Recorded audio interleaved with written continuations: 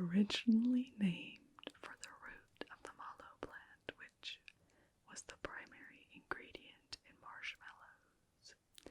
Since the late 1800s, this confectionery has not had any mallow in it at all, but still bears the marshmallow name.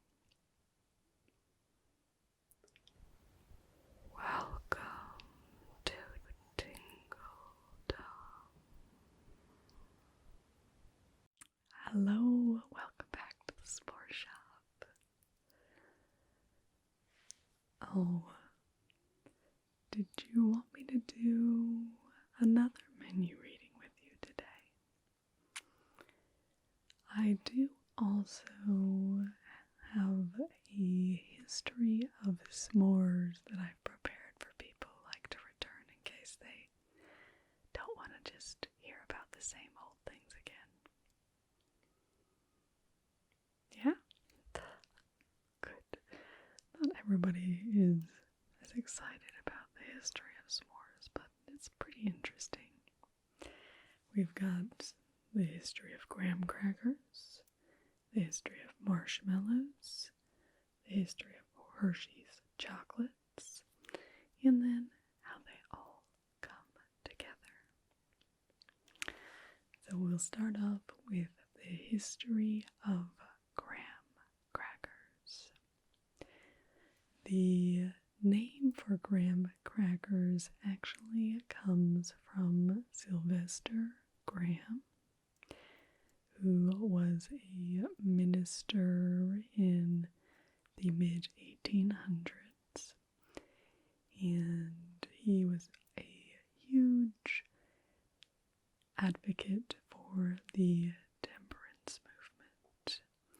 He thought that everyone should be very restrained in heart and mind, and in particular in the diet. He advocated for a vegetarian diet with bread made at home of coarse ground wholemeal flour.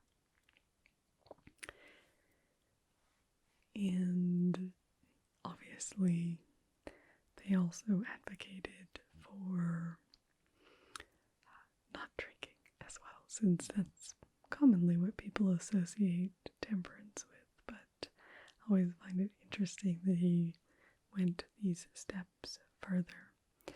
It is the earliest origin of a vegetarian movement within the United States as well. So an interesting connection there. So while the graham crackers are named for Sylvester Graham, he did not invent them and got no monetary benefit or anything like that from graham crackers. I suppose he was the inspiration, so he got the name, but otherwise we have basically an unknown creator of these lovely little crackers. The original graham crackers were made with graham flour, oil, shortening, lard, molasses, and a little bit of salt. Of course, nowadays we get more sweetening with honey rather than molasses.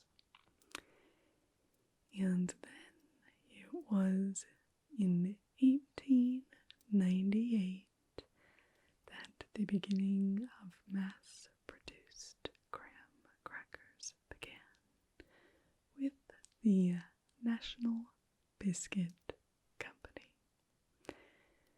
which, if you take the first two letters of each of those words, you get Nabisco. I guess it's the first three of, it would just be Nabico, wouldn't it? So, Nabisco, first three of biscuit, sorry. So, Nabisco has been making graham crackers all the way since 1898, and they have been since made by many other producers as well. But very popular cracker. Our next piece of history goes to the marshmallow. And this history goes back much further than the 1800s. Marshmallows have a very long history. Not necessarily in the form that we're all most familiar with, but the mallow plant is an herb. The official or Latin name is Alpheus officinalis, and this is an herb that is present in Europe, Northern Africa, and parts of Asia. And it's actually the root of this plant that is used for making mallow, as it's been called, or marshmallow. Back in ancient Egypt, they would distill the root, and it would be a preparation. It's been more associated with the medicinal preparation for long periods of time, and would have been made in very small batches. Not very many people would have had it. It's understood that in ancient Egypt it was only wealthy and high-class people who had it, probably because of how difficult it was to prepare. And it was seen as not fit for the masses. I suppose it was a exclusive food. And for a long time it was made only in small preparations, and it would be made not in a form that we would recognize, most likely, but it would have the flavor and sweetness which would come out of that mallow root. Well, in the 1800s, it finally came onto the radar of French confectioners, and they used it and thought maybe they could play around with it a bit more, and they learned to aerate it more and stretch it and mold it and formed it into little candies.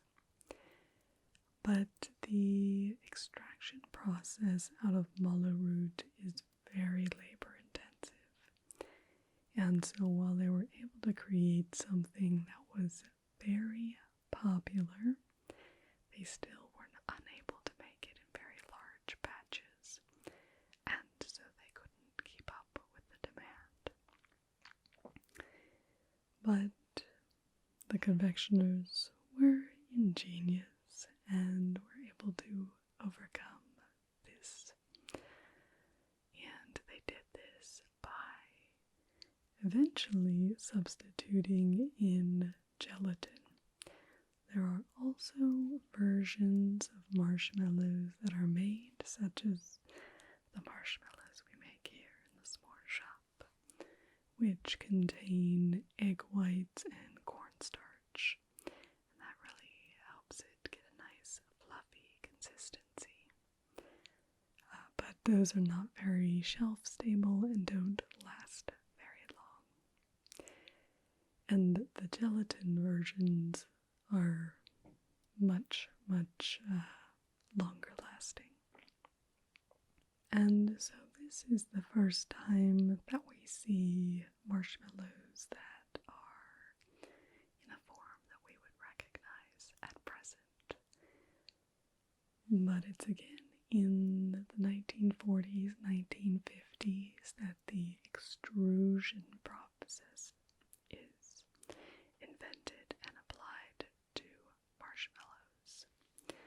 So this is why we actually see marshmallows in this cylindrical form that we quite often see nowadays, because they are extruded through a cylinder pipe in essence, and this allows them to get very nice and airy, and it allows lots and lots and lots of marshmallows to be made in a factory in a single day.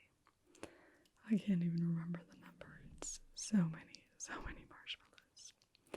Present day marshmallows are made out of sugar, water, air, and some sort of whipping agent, which could be gelatin or could be other things, but it's usually got some sort of protein in it to help build those complex strands so it can hold the bubbles in between and keep a nice fluffy marshmallow. Of course, our house-made marshmallows don't go through such an industrial process. They are handmade batches, and we add our own little flavorings in as well. My favorite are the dark chocolate marshmallows. They are very, very dangerous, but oh so delicious. And speaking of chocolate, that leads us on to our next history, which is the history of Hershey's chocolate bars. Now, of course, the history of chocolate is its own topic, and over at Chocolatl they can feel like I step on their toes a bit if I try and go too much into that area. But really what I'm interested in is the Hershey's chocolate anyway. So we'll stay in our lane and discuss the Hershey's chocolate history. Milton S. Hershey.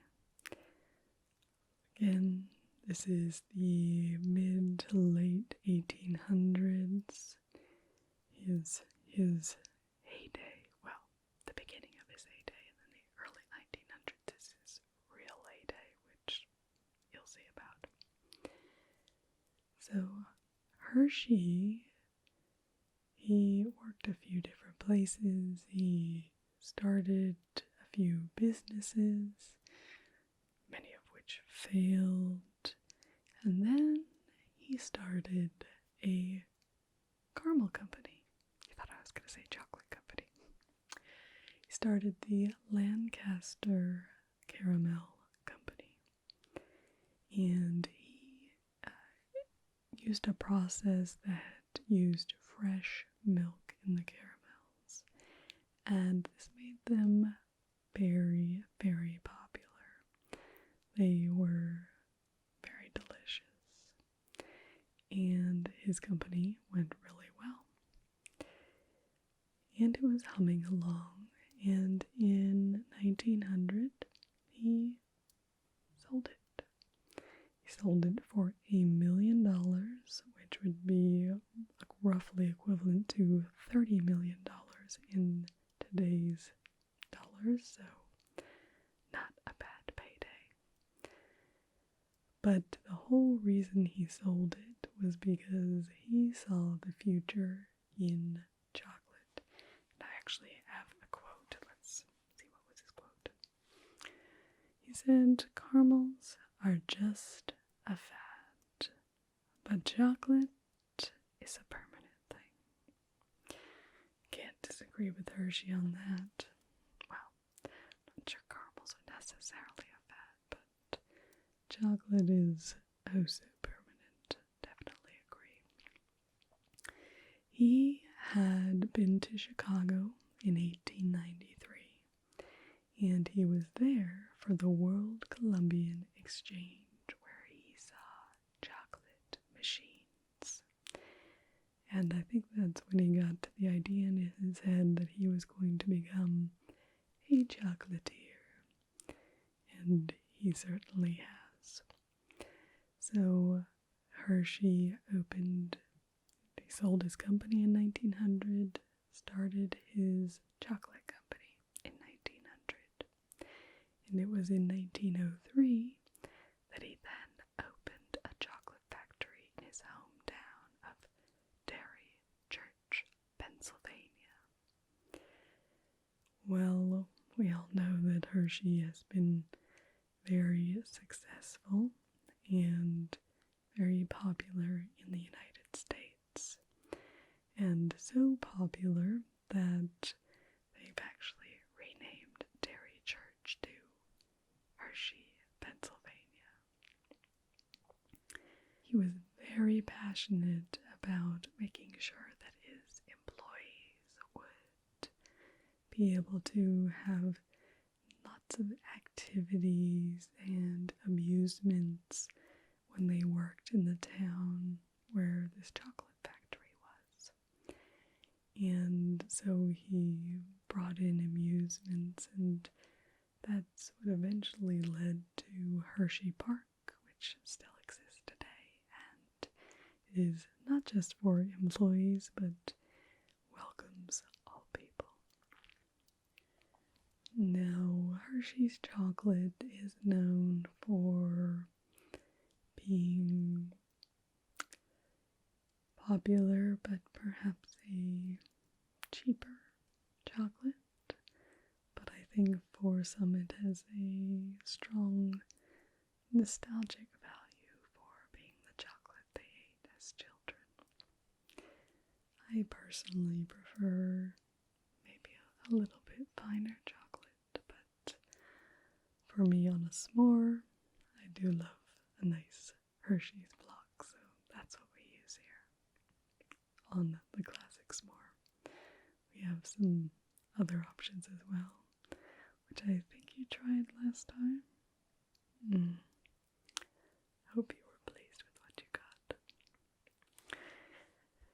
Which brings us then to the history of s'mores and what brings us here. The history of s'mores is not actually very well known, which to me makes sense. It's not really something that a adult chef was slaving away and let me perfect. We'll put a little bit of this, a little bit of this. This is just, kids out on a camping trip. Oh, we have a bit of this. Let's mush and smash these things together, and that tasted pretty good. That's how I always envision the s'more coming about. And it does have its history in the Girl Scouts and Boy Scouts of America. The first recipe for a s'more appeared in the 1920s in a cookbook, and it was called a graham cracker sandwich.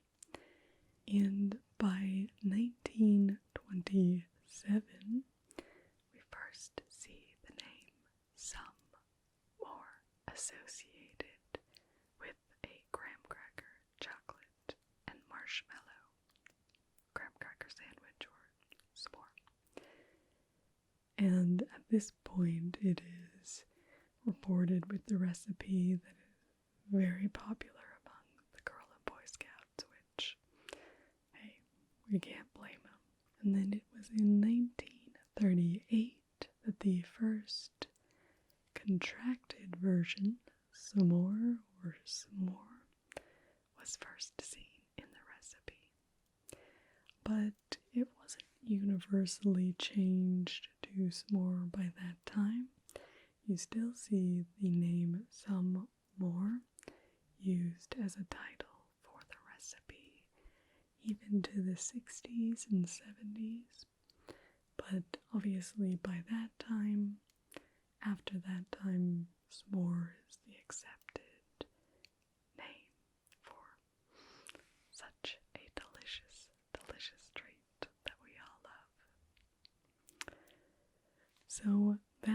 is the history of s'mores, the history of a minister and his name, which I wonder if he would think graham crackers too sweet, and I definitely think he thinks a s'more would be way too indulgent.